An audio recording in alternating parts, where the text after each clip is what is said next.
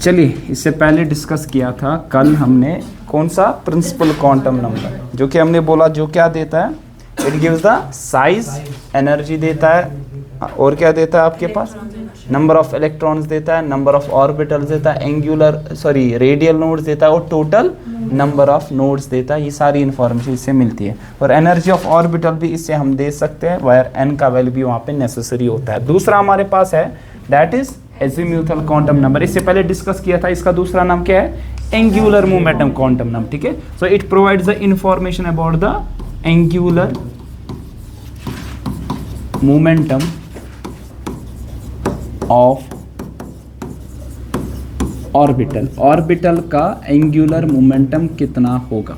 ठीक है, और इतना ही नहीं, it provides us the information regarding, किसके रिगार्डिंग, कि नंबर ऑफ सबशेल्स कितने हो गए, number of subshells in a shell.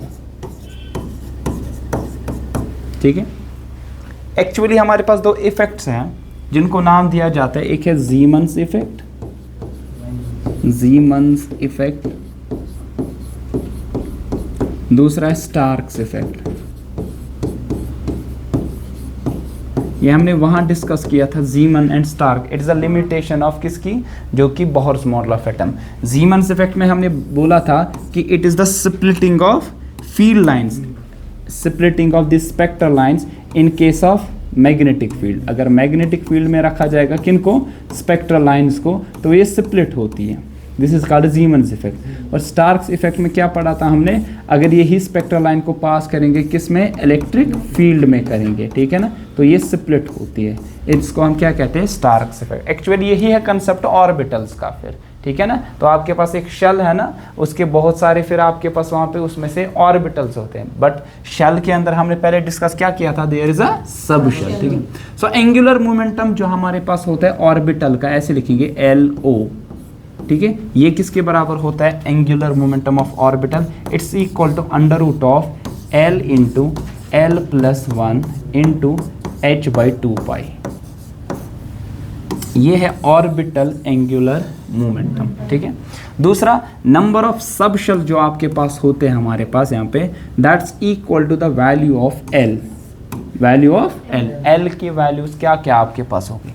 अब ये जो वैल्यूज ऑफ L ये किस किस पे डिपेंड करते हैं, ध्यान रखो, वैल्यूज ऑफ L जो हमारे पास है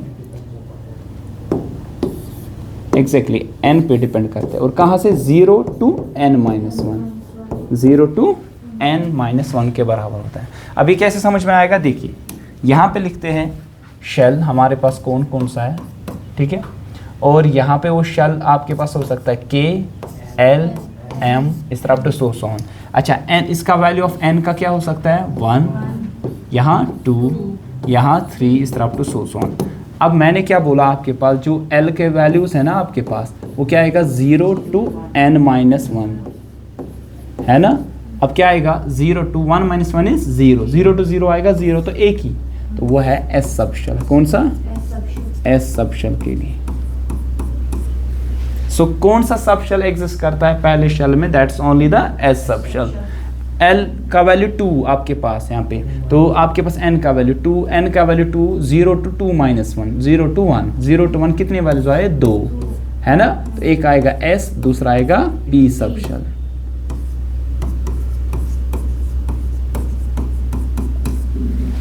इसी तरह अगर आपके पास आ जाएगा 0, 1 और 2, तो क्या S, P और D सब शेल। तो कहीं ना कहीं आपको ये बात तो आप समझ में आई होगी कि जो S सब शेल है ना, ये कहाँ से स्टार्ट होता है, it starts from first shell, P subshell second से, D सब शेल थर्ड। तो ऑब्वियसली बता दो, आपके पास जो F सब शेल होगा वो कहाँ से स्टार्ट होगा, इट विल स्टार्ट फ्रॉम कहाँ से, फोर्थ से, है ना, फोर्थ शेल। तो ये KLM जो n का वैल्यू क्या आने वाला है, 4, इसका वैल्यू 0, 1, 2, 3। ठीक है, अब यहाँ टेबल शॉर्टकट में याद रखो, यहाँ लिखेंगे सब शेल, ठीक है, और यहाँ लिखेंगे उसके L के वैल्यूज क्या क्या आ सकते के पास। ठीक है, सब शेल क्या हमारे पास है और L के क्या क्या वैल्यूज आपके पास हो सकते हैं। देखिए आपके पास यहाँ पे हमारे पास S हो सकता है, P हो सकता है, D हो सकता है, F, G, इसी तरह up to so on. S के लिए L का वैल्यू 0, इसके लिए 1, इसके लिए 2, इसके लिए 3, इसके लिए 4, इस तरह up to so on simply. ठीक है, सो आपके लिए S के लिए क्या आ जाएगा, L का वैल्यू 0, P के लिए 1, D के लिए 2, F के लिए 3, G के लिए 4 आने वाला है। ठीक है, सो कहीं ना कहीं ये आपके पास इंफॉर्मेशन देता कि सबशेल कौन है। अगर मैं कहूँ कि आपके पास यहाँ पे L का वैल्यू 2, तो ये कौन सा सबशेल होगा, L का value 2, it is D subshell obviously. अगर L का वैल्यू मैं लिखूँ यहाँ पे 4, तो it is G subshell. L का 0, तो इट इज S सबशेल आपके पास आ जाएगा। ठीक है, बता दो फिर S सबशेल के लिए, अगर S सबशेल में कौन सा ऑर्बिटल होगा, S ऑर्बिटल। S ऑर्बिटल के लिए मुझे बताओ ऑर्बिटल एंगुलर मोमेंटम कितना होगा, under root of L into L plus 1 into H by 2 pi, है ना। तो L का उसका वैल्यू कितना है सर, 0 है ना। S ऑर्बिटल के लिए L का वैल्यू कितना होता है सर, 0, 0 इंटू समथिंग 0। तो ऑर्बिटल एंगुलर मोमेंटम ऑफ शाबाश S orbital that is 0, remember that. ठीक है, बहुत बार पूछा गया है। इस तरह P ऑर्बिटल के लिए, P ऑर्बिटल के लिए हमारे पास क्या आ जाएगा, P ऑर्बिटल के लिए L का वैल्यू कितना होता है सर, L का वैल्यू हमारे पास होता है 1। तो आपके पास क्या आ जाएगा, orbital angular momentum under root of शाबाश 1 into 1 plus 1 into H by 2 pi. ठीक है, ये आ जाएगा 1 प्लस 1 इज 2, 2 1 आर 2, तो root 2 into H by 2 pi. कभी कभार आपने देखा होगा वहाँ लिखे हुए root 2 into H cross, H, ये जो H क्रॉस है ना, ये है H बाई 2 पाई के बराबर, क्योंकि H कॉन्स्टेंट है, 2 पाई कॉन्स्टेंट है, तो रेशो भी क्या आएगा, कॉन्स्टेंट। तो H क्रॉस किसके बराबर होता है, H बाई 2 पाई के बराबर होता है। ठीक है, बात आई समझ, ठीक, कोई कंफ्यूजन। इस तरह बता दो D ऑर्बिटल के लिए, बताओ D ऑर्बिटल के लिए कितना आ जाएगा, जरा फटाफट डायरेक्टली ऐसे ही बता दो। इसके लिए L का वैल्यू 2 है, L का वैल्यू 2, तो ऑर्बिटल एंगुलर मोमेंटम आएगा 2 into 2 plus 1, 2 plus 1 is 3, 3 2 are 6, तो आएगा रूट 6 H क्रॉस या H बाई 2 पाई के बराबर आने वाला। ठीक, आई बात समझ, आएगा कैलकुलेट करना। ठीक है, अच्छा और कुछ इन्फॉर्मेशन देता है, yes it gives also the information number of जो हमारे पास होते हैं। इससे पहले हमने डिस्कस किया था इसके, अच्छा वो तो हमने लिखा इससे पहले कि it gives the information about कि आपके पास ऑर्बिटल एंगुलर मोमेंटम से पहले हमने पढ़ा था ये इन्फॉर्मेशन देता है किसके रिलेटेड, इट गिव्स द कि सबशेल कौन सा होगा और इसके वैल्यूज कहाँ से कहाँ तक लाई करने वाले। ठीक है, so it's the information that is provided by कौन सा, एजीम्यूथल क्वांटम नंबर। ठीक है, सो नेक्स्ट क्वांटम नंबर कौन सा है, that is magnetic quantum number, magnetic quantum number.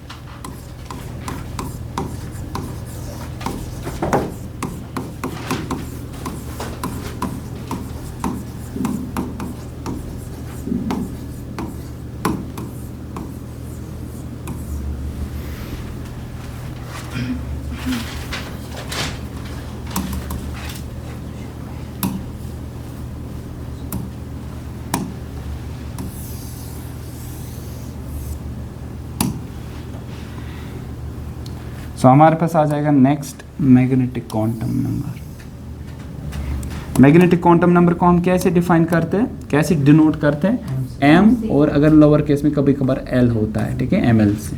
ठीक है, what this magnetic quantum number information gives regarding the electron, ये इंफॉर्मेशन देता है कि number of orientation of orbitals, possible number of orientations, possible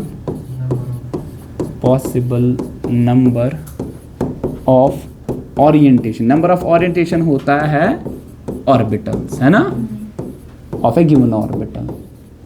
एक गिवन ऑर्बिटल के आपके पास कितने नंबर ऑफ ओरिएंटेशंस हो सकते हैं। ठीक है ना, अब ये किसके बराबर होता है, ये होता है value of m, value of m के बराबर। अब m के वैल्यूज क्या हो सकते हैं, वैल्यूज ऑफ m ये डिपेंड करते हैं l पे, ये होता है बराबर -l to +l, -l to, remember that values. और टोटल वैल्यूज कितने हो गए अगर इनको ऐड करेंगे, ध्यान रखो, अगर l का वैल्यू 1 है, अगर l का वैल्यू, तो वैल्यूज क्या होगा -1 to 1, कितने वैल्यूज आए -1 से 1 तक, 3, -1 0 और 1, तो तभी हम लिखते हैं टोटल वैल्यू जो होता है बराबर दैट इज 2l + 1, 2l+ जो कि m का वैल्यू होता है। ये m का वैल्यू है टोटल वैल्यूज, और कहाँ से कहाँ लाए, -l to +l। जरा बता दो, यहाँ लिखेंगे s ऑर्बिटल, p ऑर्बिटल, मोर प्रिसाइसली हम लिखेंगे s subshell,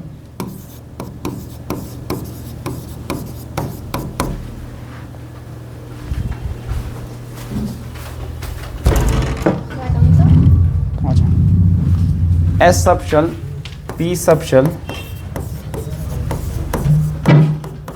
D subshell, F subshell, इस तरह अप टू सो ऑन। जरा बता S सबशेल के लिए मुझे बता सकते हैं L का वैल्यू क्या आएगा, बोलो।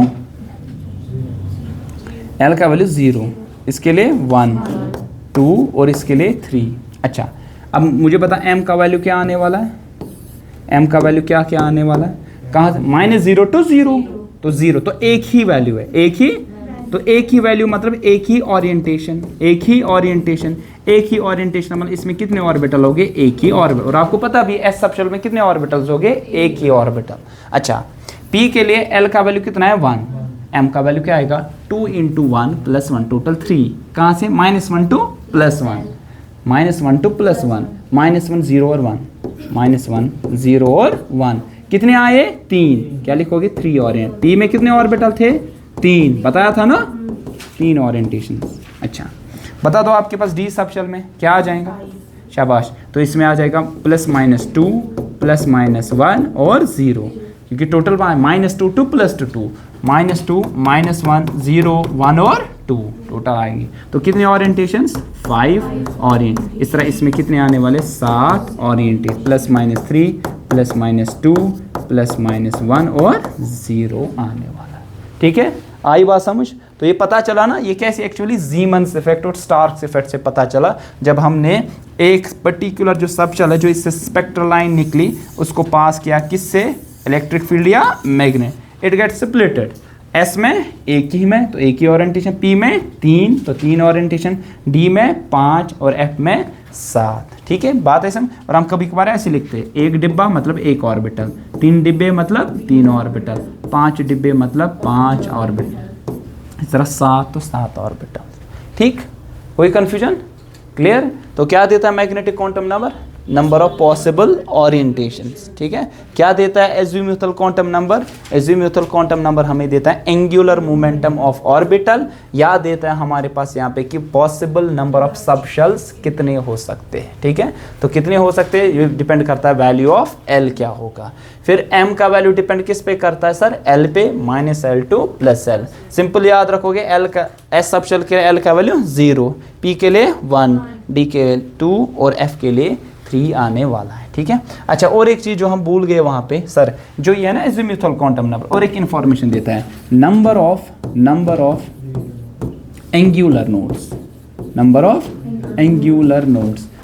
एंगुलर नोड्स देता है ये, और एक किसके बराबर होता है, value of L, value of, बता S ऑर्बिटल के लिए क्या आ जाएगा वैल्यू, कम इन आ जाओ, S ऑर्बिटल के लिए क्या आ जाएगा L का वैल्यू 0, तो उसमें कितने हो गए एंगुलर नोड 0।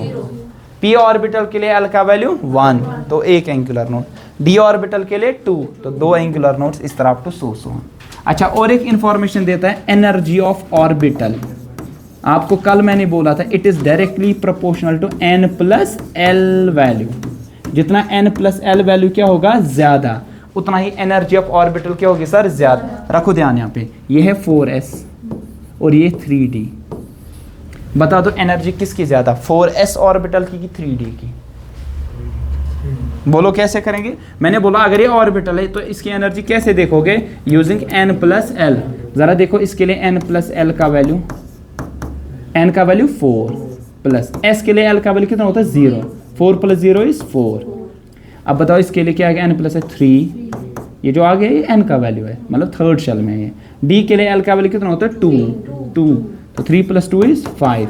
किसका n + L वैल्यू ज़्यादा है, इसका कम है, तो इसकी एनर्जी कम होगी इससे, है ना। तो कर सकते हो कंपेयर आपकी एनर्जी ऑर्बिटल की किसकी ज़्यादा है और किसकी कम हो सकती है यहाँ पे। ठीक है, बात आई समझ, कोई कंफ्यूजन? तो ये था magnetic quantum number, principal quantum number और से पहले एजीम्यूथल क्वांटम नंबर हमने डिस्कस किया था. Now there is last one, that is spin quantum number. ठीक है,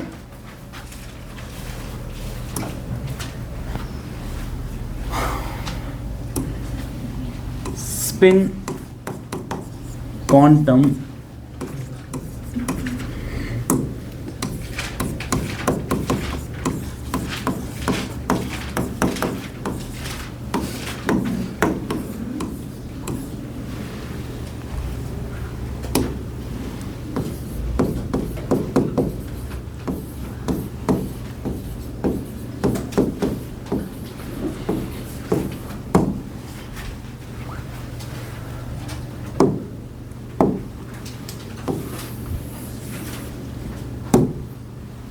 spin quantum number.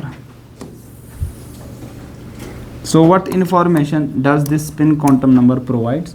S से डिनोट इसको करते स्पिन क्वांटम नंबर. देखिए आपको मालूम है कि ये जो इलेक्ट्रॉन है ना, क्या हो गया, खैरियत है? इलेक्ट्रॉन जो है ना ये किसके इर्द गिर्द घूमता है? ये न्यूक्लियस, जिस तरह आपको मालूम है न्यूक्लियस के इर्द गिर्द एक पर्टिकुलर ऑर्बिटल में इलेक्ट्रॉन होता है और इसके इर्द गिर्द घूमता है. मान लीजिए एक इलेक्ट्रॉन है, इसके इर्द गिर्द घूमता है. इसको कौन सी मोशन कहते हैं? ऑर्बिटल मोशन, है ना.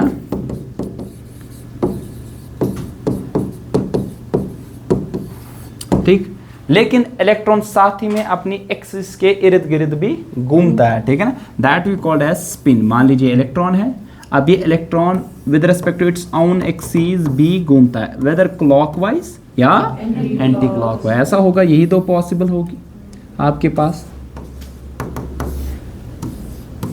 ठीक है, सो ये क्या हमारे पास, इट इज इलेक्ट्रॉन, ये भी इलेक्ट्रॉन आपके पास है. So the rotation of electron about its own axis that we call as a spin. क्या कहते हैं उसको? So what do you mean by spin? अगर आपसे कोई पूछेगा what do you mean by spin, it is nothing but it is the rotation of electron about its own axis. ठीक है, अपनी एक्सिस. अब ये क्या है, ये क्लॉकवाइज है कि एंटी क्लॉकवाइज? ये है एंटी क्लॉकवाइज. इसको क्या लिखेंगे? Anti clockwise spin. और ये क्या होगा? Clockwise spin, clockwise spin. ठीक है, ध्यान रखो. अच्छा, मुझे ऑर्बिटल को जानने के लिए ये क्वांटम नंबर जरूरी पढ़ना है? ऑर्बिटल को जानने के लिए नहीं, क्योंकि ऑर्बिटल को जानने के लिए मुझे क्या इलेक्ट्रॉन को करा नहीं, इलेक्ट्रॉन को जानने के लिए मुझे ऑर्बिटल की जरूरत पड़ेगी. किस ऑर्बिटल में है ये स्पिन, किसका देखा जाता है? क्या ऑर्बिटल का कि इलेक्ट्रॉन का? इलेक्ट्रॉन का. तो ऑर्बिटल को जानने के लिए, उसकी इंफॉर्मेशन जानने के लिए मुझे इस क्वांटम नंबर की जरूरत नहीं पड़ेगी. Remember that in your mind. An orbital is assigned with only 3 quantum numbers, that is principal, azimuthal and magnetic quantum number. But the electron in particular orbital, it is assigned with या designated with 4 quantum numbers: spin, principal, magnetic and azimuthal quantum number. 3 के जो थे इससे पहले और addition में और एक spin quantum number. Anti clockwise spin को हम दूसरा नाम देते हैं डाउन स्पिन. क्या देते हैं? Down spin. या दूसरा नाम इसको देते हैं बीटा स्टेट. स्टेट मतलब हालत. हालत ऐसी है कि एंटी क्लॉकवाइज. इसको हम लिखते हैं अप स्पिन. क्लॉकवाइज स्पिन को लिखते हैं अप स्पिन, या दूसरा नाम कहते हैं इसको, शाबाश, be alpha state. Alpha state कहते हैं.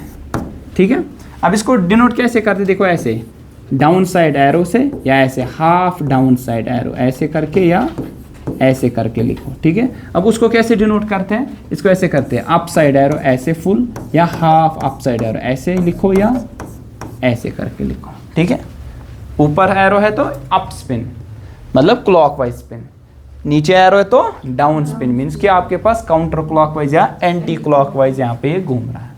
अब पॉसिबिलिटी क्या है कि इलेक्ट्रॉन घूमेगा क्लॉकवाइज या एंटी क्लॉकवाइज? 50-50 है ना.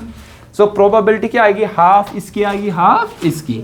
तभी हम यहाँ पे देते हैं स्पिन का वैल्यू हाफ इसके लिए भी, स्पिन का वैल्यू इसके लिए भी हाफ, क्योंकि प्रोबेबिलिटी क्या होगी? हाँ 50% इसकी 50% उसकी। तो एक ऑर्बिटल में एक इलेक्ट्रॉन जो घूम सकता है या तो क्लॉकवाइज होगा या तो क्या होगा काउंटर क्लॉकवाइज, यही तो पॉसिबिलिटी है। अब इनको डिफरेंशिएट कैसे करें, हम इसको पॉजिटिव साइन यहाँ पे देते हैं, इसको नेगेटिव साइन। पॉजिटिव मतलब कि अप स्पिन है, नेगेटिव मतलब क्या होता है सर, ये डाउन स्पिन आपके पास यहाँ पे, ठीक है ना। सो हाफ क्यों, वाई नॉट 1/3 1/4, रीजन ये है कि दो ही पॉसिबिलिटी है, तो आपके पास फेवर में क्या है, एक ही, फेवर में आपके पास एक ही क्लॉकवाइज स्पिन, दो पॉसिबिलिटी है क्लॉकवाइज एंटी क्लॉकवाइज। तो फेवर आपने प्रोबेबिलिटी निकाली होगी ना, favourable outcome upon the total outcome, ठीक है। फेवर में आपके पास एक है, टोटल दो है, तो हाफ इसके लिए और हाफ इसके लिए आ जाएगा यहाँ पे, ठीक है। आई बात समझ, कोई कंफ्यूजन, क्लियर यहाँ पे। अच्छा मुझे एक बात बताओ, अब ये जो स्पिन्स आपके पास, मान लीजिए ऑर्बिटल है, ये जो इलेक्ट्रॉन है ना, ये क्या है, अप स्पिन की डाउन स्पिन, अप स्पिन, ये इलेक्ट्रॉन डाउन स्पिन। अब ध्यान रखो, इलेक्ट्रॉन जो है ना, ये जब मोशन में होता है, what it constitutes current, motion of charges पढ़ा है ना, motion of charges in a conductor that we called as a current.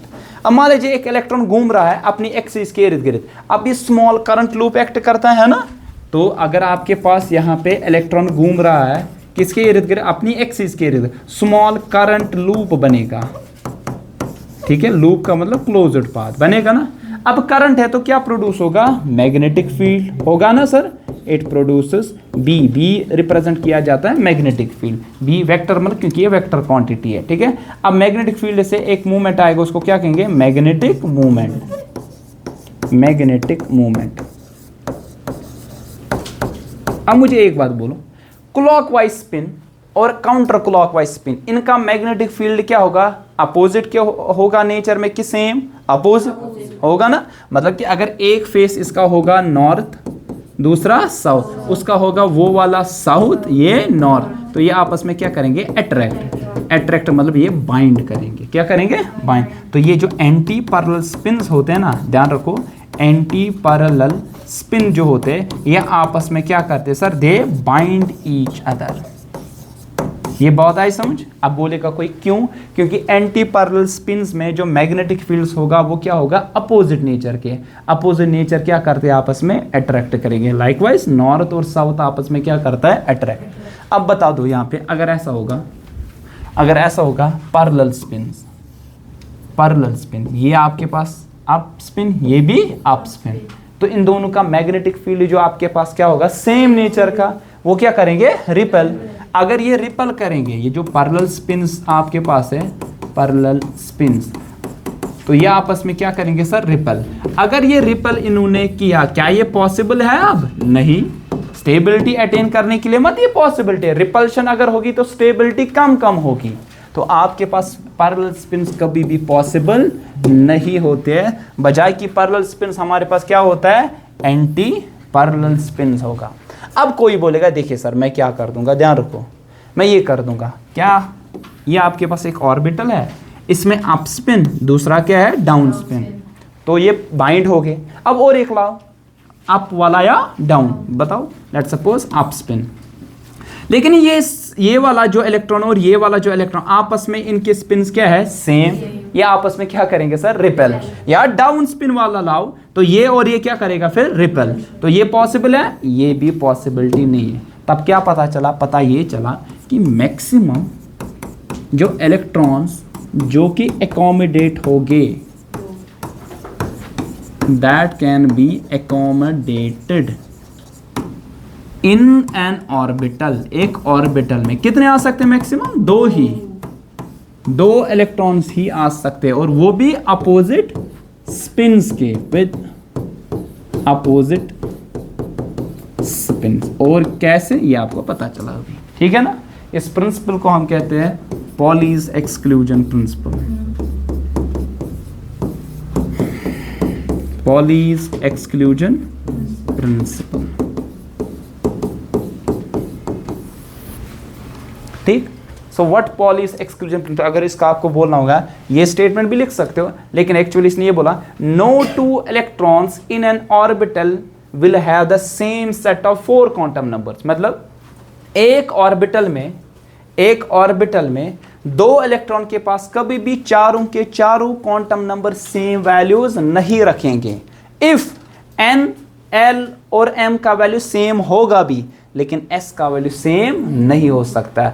s का वैल्यू एक का अगर अप स्पिन है तो दूसरा का जरूरी होगा क्या, डाउन स्पिन। ठीक है, सो इसका स्टेटमेंट एक्चुअली ऐसे है कि no two electrons in an orbital will have the same set of 4 quantum numbers। नहीं पॉसिबल है। अगर n l और m वैल्यू क्या होगा सर, सेम होगा, बट जो स्पिन होगा s का वैल्यू ये होगा हमेशा different. It means in an orbital maximum 2 electrons can be accommodated with opposite spins आपके पास। ठीक है ना, आई बात समझ। इसको मैं दूसरा ऐसे भी समझा सकता हूँ। सपोज ये देखिए, ध्यान रखो, ये इलेक्ट्रॉन 2 है, ये है मेरे पास 4s ऑर्बिटल में। किसमें, 4s। बता दो इसको n l m इनकी वैल्यूज बता दो। वही नहीं उसका एक क्वेश्चन, ये इलेक्ट्रॉन, ये वाला इलेक्ट्रॉन, ये वाला अप स्पिन, बताओ n का वैल्यू 4 है ना, बताओ l का वैल्यू s में है तो 0, m का वैल्यू 0, s का वैल्यू +1/2 है ना। वही ये मिस इलेक्ट्रॉन्स का एक ये डाउन स्पिन वाला।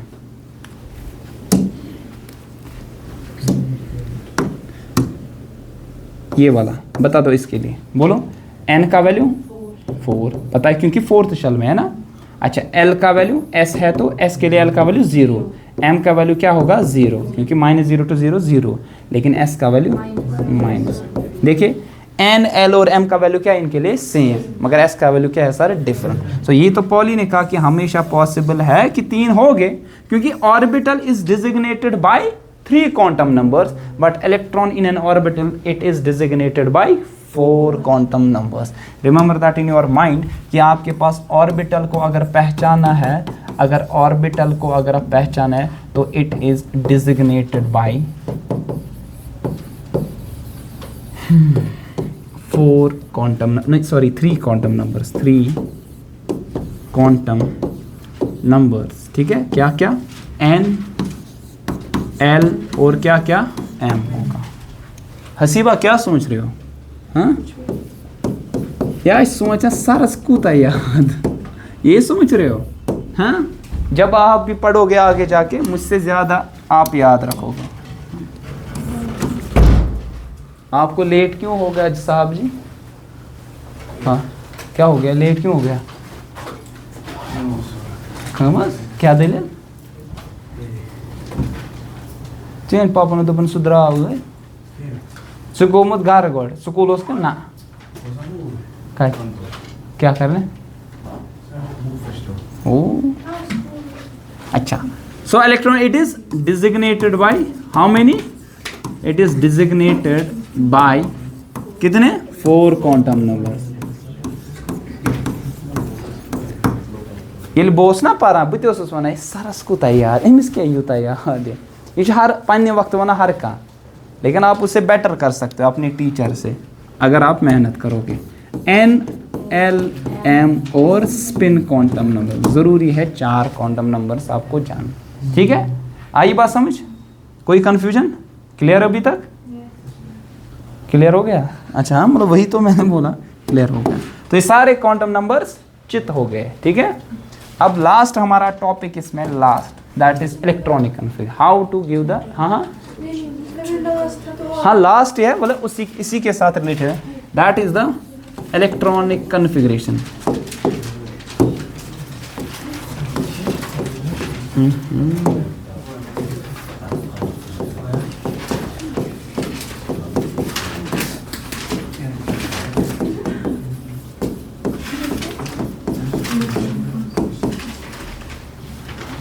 कुछ ज़्यादा ही छोटा हो गया।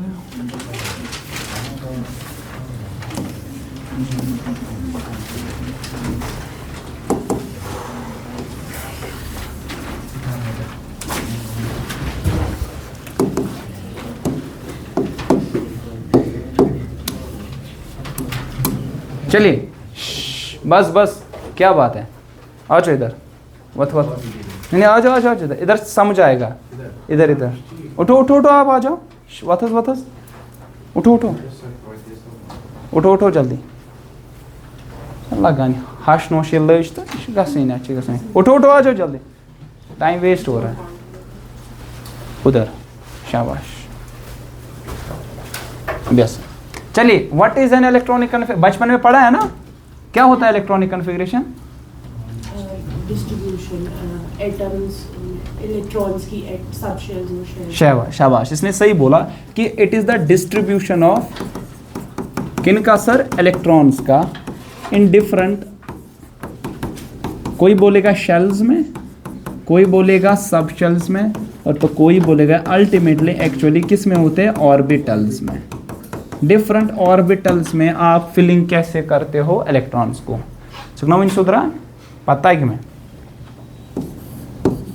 ठीक है। तो इसके लिए आपको इट इज बेस्ड ऑन, इसके लिए आपको कुछ चीजें पता होनी, इट इज बेस्ड ऑन किस पे, पहला अफबाउ प्रिंसिपल, अफबाउ प्रिंसिपल।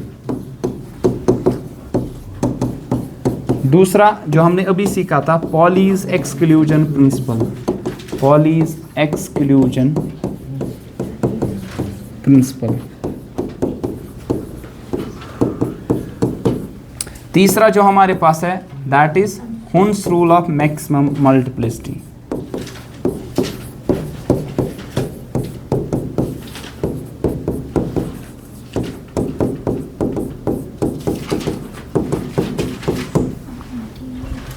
ठीक है, तो ये 3 रूल्स और इलेक्ट्रॉनिक कन्फिगरेशन आपको अच्छे से आ जाएगी, ठीक है। सो पहला रूल जो हमारे पास है that is this one, Aufbau principle. Aufbau principle क्या स्टेट करता है, it stated that filling of orbitals in an electron takes place in such a manner such that electron first goes in lower energy orbital then higher and higher energy orbitals। तो आपके पास जो electrons fill हो गए, electrons are filled in different orbitals, हम कहेंगे उनके subshells में, in increasing order of their, increasing order of their energies, ठीक है ना, ठीक है, मतलब पहले लोअर एनर्जी में फिर हायर, तो पहले लोअर एनर्जी ऑर्बिटल, फिर किस में जाएगा, हायर एनर्जी ऑर्बिटल, पहले इसमें इलेक्ट्रॉन जाएगा फिर इसमें इलेक्ट्रॉन जाएगा, ठीक है। आई बात समझ। अभी कैसे पॉसिबल है, इसके लिए क्या करना पड़ेगा, लाइकवाइज आपने सीखा होगा 1s फिर 2s 3s 4s, यही है ना, 1s 2s 2p 3s 3p, हाँ 4s, इस तरह 3d, इस तरह अप टू सो है ना। अब कोई बोलेगा हमें कैसे याद रहेगा, उसके लिए भी आपको तरीका है याद रखने का। What you have to do, यहाँ पे ऐसे कर दो 1s 2s 3s 4s 5s 6s, इस तरह अप टू सो फिर p कहाँ से स्टार्ट होता है, सेकंड से, तो 2p फिर 3p 4p, शाबाश 5p 6p, इस तरह अप टू सो d कहाँ से, थर्ड से, है ना, d होता है थर्ड से, तो 3d, शाबाश 4d 5d 6d, इस तरह f कहाँ से होता है, 4 से, तो 4f 5f 6f, इस तरह g कहाँ से स्टार्ट होता है, g होता है 5, तो 5g 6g, इस तरह अप टू सो, ठीक है ना। अब क्या करना, what you have to do, तीर कमांड डालना ऐसे, वह ऐसे करके इसको जस्ट ऐसे आप ऐसे करके, ठीक है। सो करना कैसे, देखो पहले कौन आ जाएगा फिर कौन आ जाएगा, देखिए तरीका याद रखो, तरीका ये है, देखो पहले 1s फिर आ जाएगा 2s, 2s के बाद आ जाएगा फिर 2p, 2p के बाद आएगा 3s, सांप बना दो ऐसे, फिर क्या आएगा 3p, फिर क्या आएगा 4s, 4s के बाद क्या आएगा 3d 4p 5s 4d 5p 6s, इस तरह अप टू सो, तभी तो मैंने लिखा, देखो 1s की एनर्जी क्या है, कम, देन 2s, देन शाबाश 2p 3s 3p 4s 3d 4p 5s, इस तरह अप टू सो। तो ये रूल कौन सा रूल है sir, this is Aufbau principle, ठीक है। Next that is Pauli's exclusion principle, वो तो हमने सीखा ना। दूसरा रूल जो है ना पॉलीज, अभी हमने सीखा पॉलीज एक्सक्लूजन प्रिंसिपल। सो पॉलीज एक्सक्लूजन प्रिंसिपल क्या कहता है? इट स्टेट दैट कि आपके पास जनरल में एक इलेक्ट्रॉन है ना, इसका N, L और M का वैल्यू क्या हो सकता है? सेम, दो इलेक्ट्रॉन्स के, बट जो स्पिन होगा वो क्या होगा? अपोजिट, ये अपोजिट होगा। मतलब कि मैक्सिमम कितने इलेक्ट्रॉन आ जाएंगे? मैक्सिमम इलेक्ट्रॉन आ जाएंगे 2, किसमें? इन एन ऑर्बिटल, एक ऑर्बिटल में ज़्यादा से ज़्यादा 2, तो एक ऑर्बिटल में 2 इलेक्ट्रॉन आप डाल सकते हैं और वो भी अपोजिट स्पिन्स के। तो ये दूसरा रूल हमने सीखा। लास्ट रूल जो हमारा है दैट इज हुंड्स रूल, है ना।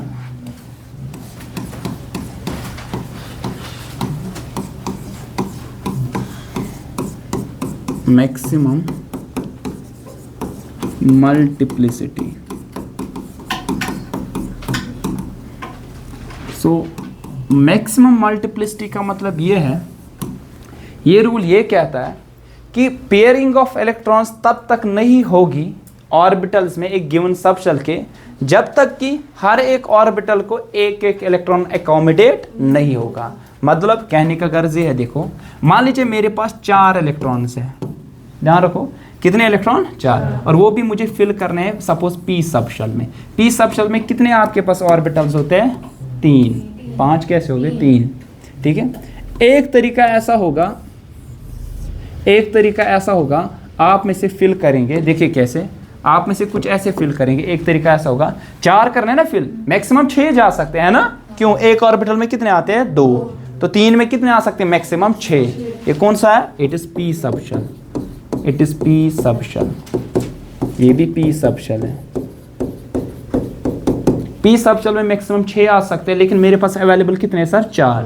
अब मैं आपसे कह रहा हूँ करो इसको फिल, आप क्या करोगे? आप बोलोगे देखिए हमें तो पता है कि पहले लोअर एनर्जी लेवल फिर हायर, दोनों पी है, पी में एनर्जी क्या होगी सर? सेम। लेट सपोज ये आपके पास है 3p ऑर्बिटल, 3pa b, तो n प्लस l का वैल्यू क्या होगा सर? सेम, एनर्जी होगी सेम।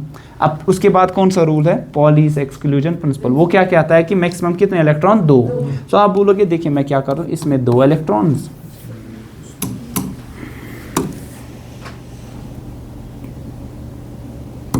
इसमें 2 इलेक्ट्रॉन्स और इसमें 2 इलेक्ट्रॉन, 2 कितने हो गए सर? 4 हो गए। लेकिन दूसरा तरीका ऐसा होगा, आप बोलोगे देखिए इसमें एक, इसमें एक और इसमें एक, फिर किसी और एक में एक डालोगे। तो मैंने क्या किया, यहाँ पहली पेयरिंग की, यहाँ पे पहले सिंगली फिल किया, फिर क्या किया मैंने? पेयरिंग। ये तरीका हमारे लिए सही है, ये तरीका हमारे लिए गलत है। अब क्यों सही है, ये क्यों सही, ये क्यों गलत है? हुंड्स ने ये बोला कि मल्टीप्लिसिटी आपको इंक्रीज करनी, मतलब कि आपको number of unpaired electrons maximum age possible यहाँ पे बनाने हैं। क्यों? क्योंकि स्पिन आपके पास आना चाहिए मैक्सिमम। क्या आना चाहिए? स्पिन जितना मैक्सिमम आएगा, स्पिन मैग्नेटिक मूवमेंट आ जाएगा ज्यादा, स्पिन मैग्नेटिक मूवमेंट आ जाएगा ज्यादा, वो उतना ही क्या आ जाएगा? लार्ज, मतलब ज्यादा वैल्यू। और स्पिन मैग्नेटिक मूवमेंट जो होता है हमारे म्यू एस से डिनोट करते हैं, ये होता है under root of n into n plus 2 bm, Bohr's magneton, ठीक है ना। अब n क्या है? Number of unpaired electrons, number of unpaired electrons. अब मुझे बता दो, ध्यान रखो, यहाँ पे बोलो कितने अनपेयर्ड इलेक्ट्रॉन है? पेयर्ड का मतलब जोड़ी है ना, तो कितनी जोड़ी है? 2। अनपेयर्ड है कोई? नहीं, तो यहाँ स्पिन का वैल्यू कितना होगा सर? 0। आप ऐसे भी समझ सकते हो, up spin down spin cancel, up spin down spin cancel, तो यहाँ पे टोटल स्पिन कितना है हमारे पास? 0। और स्पिन मैग्नेटिक मूवमेंट कितना आने वाला है? अनपेयर्ड कोई नहीं है, वो भी क्या आने वाला है सर? शाबाश। अब यहाँ पे बता दो, आपके पास टोटल स्पिन क्या आएगा? देखो up spin down spin cancel. अब यहाँ पे देखो total up spin, up spin, up spin का वैल्यू हाफ और वो भी हाफ, टोटल वैल्यू कितना आएगा सर? 1। कितने अनपेयर्ड इलेक्ट्रॉन्स है? 2, तो n का वैल्यू 2। बताओ क्या आ जाएगा? स्पिन मैग्नेटिक मूवमेंट, आप बोलोगे under root of 2 into 2 plus 2, है ना, 2 प्लस 2, ठीक है। 2 plus 2 is 4, 4 2 are 8, √8 Bohr's magnetron. देखो यहाँ स्पिन भी मैग्नेटिक मोमेंट का भी कुछ वैल्यू निकला और आपके पास यहाँ पे अनपेयर्ड इलेक्ट्रॉन्स भी क्या आ गए सर, ज़्यादा, क्योंकि आपके पास वालेकुम अस्सलाम आपके पास यहाँ पे स्पिन का वैल्यू सबसे ज़्यादा आने वाला है। ठीक है, अब इससे ये पूछा गया क्यों ऐसा, क्या हो गया, आ जाओ उधर, उधर नहीं उधर नहीं, उधर उधर उसके पास।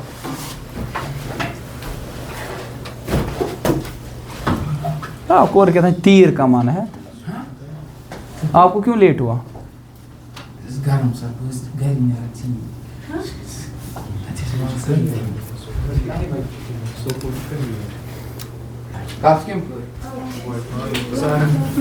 थे सो हमने पढ़ा कि Hund's rule of maximum multiplicity में पेयरिंग ऑफ इलेक्ट्रॉन्स तब तक नहीं होगी, पेयरिंग कब होगी, ऐसे लिखेंगे पहले, पेयरिंग ऑफ इलेक्ट्रॉन्स टेक्स, ऐसे लिखेंगे, does not takes place until and unless each orbital is accommodated by a single electron। तो तब तक पेयरिंग नहीं होगी जब तक कि आपके पास हर एक ऑर्बिटल को एक एक इलेक्ट्रॉन नहीं मिलेगा। ठीक है, अब इससे पूछा गया कि नहीं ऐसा, आपने तो सिखाया यहाँ पे सर कि नहीं स्पिन आपके पास इसमें क्या होगा सर, ज़्यादा, इसमें कम, इसमें मैग्नेटिक मूवमेंट ज़्यादा होगा, इसमें मैग्नेटिक मूवमेंट क्या होगा सर, कम, जो कि 0 के बराबर होगा। ठीक है, अब यहाँ पॉसिबिलिटी ये आपके पास है क्योंकि जो ऑर्बिटल्स के जो आप एक सबशेल के जो ऑर्बिटल्स होते हैं ना, ये सारे होते हैं डीजनरेट। क्या होते हैं? डीजनरेट का मतलब क्या होता है? डीजनरेट के मतलब ये है कि इनके सेम एनर्जी है ना सर।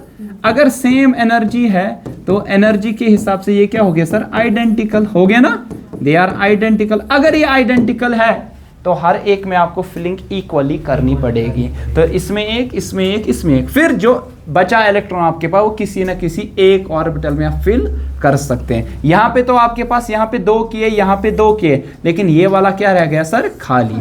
तो ये अगर डिजेनरेट है, इसकी भी एनर्जी इन सब जैसी है, तो इसमें भी कम से कम इलेक्ट्रॉन्स फिलअप होने चाहिए। तो सबसे बेस्ट तरीका क्या है आपके पास कि पहले सिंगली कर दो और उसके बाद आप यहाँ पे क्या कर दो, पेयरिंग कर दो। इतना ही नहीं, देखिए सर ये इलेक्ट्रॉन कितनों के साथ एक्सचेंज कर सकता है, ये वाला इलेक्ट्रॉन देखिए, ये ना अप स्पिन, ये इसके साथ कर सकता है एक्सचेंज पोजीशन, ये इसके साथ कर सकता है, टोटल कितनी आ जाएगी, 2। तो यहाँ पे 2 आपके पास एक्सचेंजेस पॉसिबल है। यहाँ पे कोई भी एक्सचेंज आपके पास यहाँ पॉसिबल नहीं है। जितने ज़्यादा एक्सचेंज होते हैं ना, उतनी आपके पास स्टेबिलिटी क्या होती है सर, ज़्यादा, क्योंकि ज़्यादा एक्सचेंज होगा, ज़्यादा एनर्जी आपके पास यहाँ लूज होगी। थर्मोडाइनेमिकली वो सिस्टम सबसे ज़्यादा स्टेबल होता है। ठीक है, तो जितने आपके पास अनपेयर्ड इलेक्ट्रॉन्स क्या होंगे, ज़्यादा, जितने अनपेयर्ड इलेक्ट्रॉन्स ज़्यादा होंगे उतना ही आपके पास एक्सचेंज क्या होगा सर, ज़्यादा, यहाँ पे इस केस में। ठीक है, तो ये हमारे पास कौन सा रूल था, that is the final rule, that is Hund's rule of maximum multiplicity. बता दो आपके पास अब, अगर मैं क्या दूं हाइड्रोजन की इलेक्ट्रॉनिक कन्फिग्रेशन, कैसे करोगे, कैसे कर, हाइड्रोजन में कितने इलेक्ट्रॉन्स होते हैं, तो इसका एटॉमिक नंबर 1, तो इसमें नंबर ऑफ इलेक्ट्रॉन्स 1 हो गए। तो बता दो इलेक्ट्रॉनिक कन्फिग्रेशन 1s1, तो ऐसे बना दोगे। क्यों 2? S में तो 2 आते हैं, लेकिन इसके पास कितने इलेक्ट्रॉन्स है, 1 ही, तो फिल किस में होगा, 1s सबशेल में, तो इसमें 1 इलेक्ट्रॉन आएगा। ठीक है, अच्छा बता दो हीलियम की, तो उसमें Z का वैल्यू कितना है, 2, तो कितने इलेक्ट्रॉन्स आ जाएंगे, 2, तो इसमें आ जाएगा 1s2, शाबाश। फिर क्या आ जाएगा इसमें, 2 इलेक्ट्रॉन्स। अच्छा इसी तरह बता दो लिथियम में एटॉमिक नंबर 3, तो इलेक्ट्रॉन्स कितने हो गए, 3, तो क्या आएगा 1s2, क्योंकि s में मैक्सिमम कितने आने वाले हैं, 2, फिर क्या आएगा 2s1 आ जाएगा। तो लास्ट शेल कौन सा है, सेकेंड शेल है ना, ये सेकेंड रिप्रेजेंट करता है इसका वैलेंस शेल। तो क्या लिखेंगे, जो हमारे पास लिथियम है ना, इसकी valence shell electronic configuration 2s1। ठीक है, अब ऐसे तो बहुत सारों का आपको आ जाएगा, जरा इसका बता दो कार्बन का एटॉमिक नंबर 6, कितने इलेक्ट्रॉन 6। ज़रा बता दो, पहले आएगा 1s मैक्सिमम 2, फिर 2s मैक्सिमम 2, फिर क्या आएगा 2p। अब बच्चे कितने इलेक्ट्रॉन्स 2 ही, क्योंकि 2 2 4 तो हो गए फिलअप, अब बच्चे 2 वो इसमें जाएंगे, है ना सर। अब लास्ट शेल कौन सा है, सेकेंड, देखो ये, तो इसमें s सब शेल है और p, तो आप ऐसे लिखो कार्बन की जो वैलेंस शेल इलेक्ट्रॉन कन्फिग्रेशन है ना वो ऐसे है, ये s और ये जो p में 3 ऑर्बिटल है, कैसे फिल हुए हैं बता दो, कैसे फिल करोगे, इसमें तो 2 है ना, और इसमें 2, इसमें 1, इसमें, आई बात समझ, ठीक है। अच्छा बता दो इसी तरह नाइट्रोजन एटॉमिक नंबर 7, तो Z का वैल्यू आ जाएगा 7, तो क्या लिखोगे 1s2, 2s2, 2p3, है ना, 3 बचे ना, तो क्या लिखोगे valence shell electronic configuration 2s में 2, है ना, और 2p में 3, कैसे करोगे 2p में 3, क्या ऐसे करोगे 1 2 और 3, नहीं ये तो गलत है ना सर, कैसे करोगे सिंगली, है ना, तो ये 2s और ये 2p, ठीक, इस तरह बहुत सारों का आएगा। जरा बता दो इसका आर्गन का बता दो, आर्गन का एटॉमिक नंबर 18, है ना, तो 18 इलेक्ट्रॉन्स को करो फिल, बताओ क्या आएगा 1s 6 मैक्सिमम 6, फिर क्या आएगा 3s, फिर 2, फिर क्या आएगा 3p, 6 आते, तो टोटल 18 आ गए। हाँ, लास्ट शेल कौन सा है, थर्ड, है ना, तो हम ऐसे लिखते हैं आर्गन जो है ना, इसमें 3s में 2 इलेक्ट्रॉन और 3p में 6, तो इसमें 2 2 2, है ना, है ना। अब ज़रा बात करो कैल्शियम की, कैल्शियम की एटॉमिक नंबर 20, है ना, क्या आ जाएगा 1s 2s 2p 3s 3p 4s 2 आएगा ना। अगर आप देखोगे ना यहाँ से लेकर यहाँ तक ये आर्गन की, है ना, फिर बचा 4s2, मैं लिखूँ इसको, ये आ जाएगा यहाँ से यहाँ तक जो आर्गन की थी वही है, फिर लास्ट में आएगा 4s2, खत्म, है ना, आई बात समझ। ज़रा इसका बता दो स्कैंडियम का Sc एटॉमिक नंबर 21, ज़रा बता दो क्या आएगा, बोलो 1s2 2s2 2p6 3s2 3p6, 4s, फिर क्या आता है 3d, और इसमें 1 आएगा, है ना, आएगा ना। तो देखो 20 आ गए, 21 जगह 4 10 12 18 20 और 21, तो लास्ट शेल इसका ये है ना सर। तो ऐसे लिखते हैं हम, स्कैंडियम जो है ना आपके पास, इसमें 4s में, क्यों पहले 4s आया, क्योंकि उसकी एनर्जी कम, हमने अब प्रिंसिपल से सीखा, तो 4s में 2, और d में कितने ऑर्बिटल होते हैं 5, है ना, लेकिन इलेक्ट्रॉन कितने फिल हो गए, एक ही, है ना, एक ही ज़रूरत है, एक ही, ठीक है। अच्छा इसका बता दो क्रोमियम का, ठीक है, एटॉमिक नंबर 24, है ना, सो क्या आने वाला है बताओ, 1s 2s 2p 3s2 3d4 आएगा ना। तो आप बता दोगे जो क्रोमियम है ना, इसकी वैलेंस शेल इलेक्ट्रॉनिक कन्फिग्रेशन जो है ना वो ये है सर, क्या 4s में 2, है ना, 4s में 2, और फिर 3d में 3d में 4, 1 2 3 और 4, ठीक है।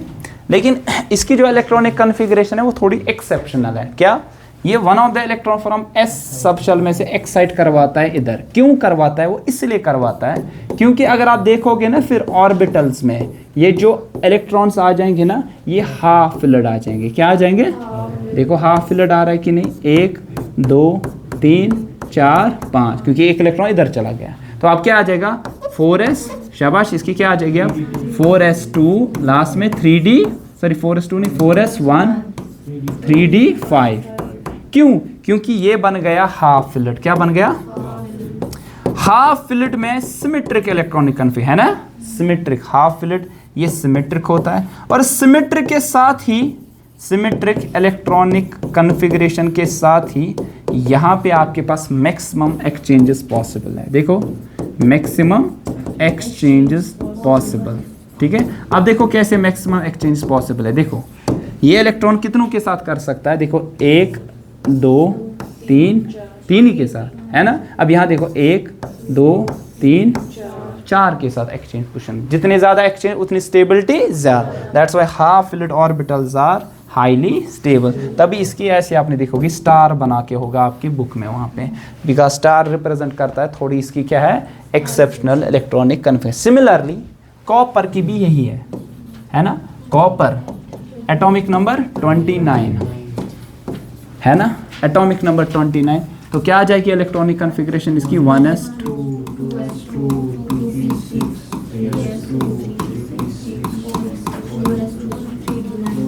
3d9 है ना, 3d9, ठीक है। तो ऐसे लिखोगे आप, ये जो कॉपर है ना इसमें 2 और इसमें 9,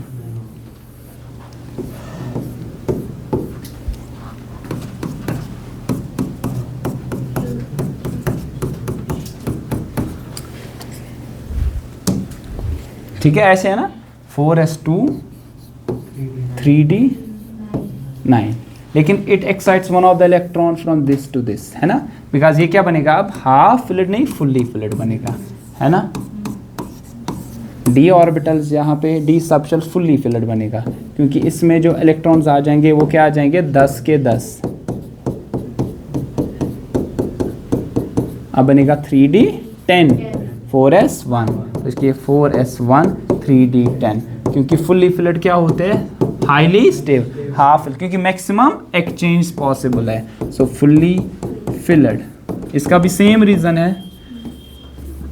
क्या हाईली स्टेबल क्यों होते हैं, क्योंकि symmetric electronic configuration and maximum exchanges possible. देखो ये इलेक्ट्रॉन कितनों के साथ कर सकता है, 4, ये कितने के साथ 3 3, एक ये कर सकता है इसके साथ इसके साथ इसके साथ, डाउन स्पिन वाले 3 ही है अवेलेबल, 4 3 7। अब ये देखो ये 4 के साथ और ये 4, टोटल आ गए 8। तो स्पिन यहाँ पे ज़्यादा पॉसिबल है, सॉरी ये एक्सचेंज यहाँ पे ज़्यादा पॉसिबल है। जितने ज़्यादा एक्सचेंज होगे उतनी स्टेबिलिटी क्या होगी सर, ज़्यादा होगी, ठीक है। और दिस वाज ऑल अबाउट कि आपके पास कैसे इलेक्ट्रॉनिक कन्फिग्रेशन